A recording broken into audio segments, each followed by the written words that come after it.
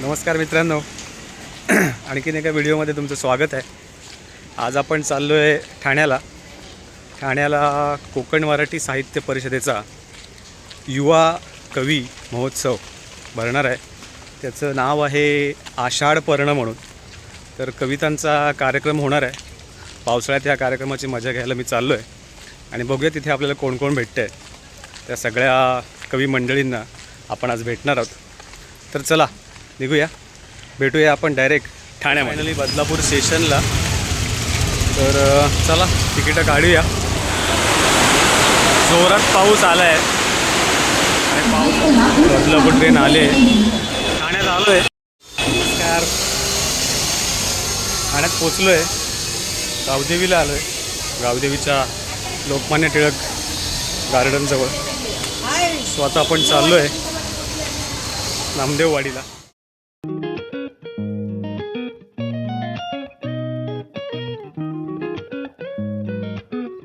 कविता त्यातला काहीतरी भाग मी उद्या एका विषयावर त्यांनी केली 2020 साली.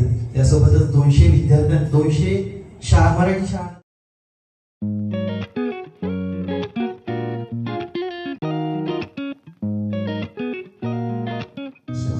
आणि आता विद्यमान कोषाध्यक्ष म्हणून काम करतो. राहत नाही भान जगाचे छंद लागल्यावरती, राहत नाही भान जगाचे छंद लागल्यावरती, विठूच दिसतो केवळ कपाळी गंध लागल्यावरती. आज आपल्यासोबत आहेत झी मराठीवरती जी कमळी नावाची मराठी सिरियल लागते त्याचे असिस्टंट डिरेक्टर श्री रवींद्र पाटील, आणि ते उत्तम कवी आणि उत्तम गझलकार आहेत. तर आषाढ पर्ण या कार्यक्रमाला ते ठाणे येथे आलेले आहेत. तर त्यांच्या तोंडून आपण ऐकूया की आजचा कवितांचा कार्यक्रम कसा झाला आणि त्यांना या कवितेच्या कार्यक्रमाबद्दल काय मत आहे त्यांचं. सर नमस्कार. सर्वात आधी मला ह्या आषाढ पर्णमध्ये आज येईल की नाही तीच डाऊट होता, कारण की मला अनुकूल खूप सांगत होता की येच मी बोला अरे मला शेड्यूलमधून सुट्टी नाही मिळत आहे. आणि अचानक काल आज युनिट गॅप मिळाला. मग अनुकूलला सकाळी मेसेज केला की मी येतो आहे म्हणून. तो पण खुश झाला. मग आलो मी आणि खूप छान कविता ऐकायला मिळाल्या. बाबांवर कविता, शेतकऱ्यांवर कविता, अशा वेगवेगळ्या कविता आणि जुने मित्र सगळे मिळाले.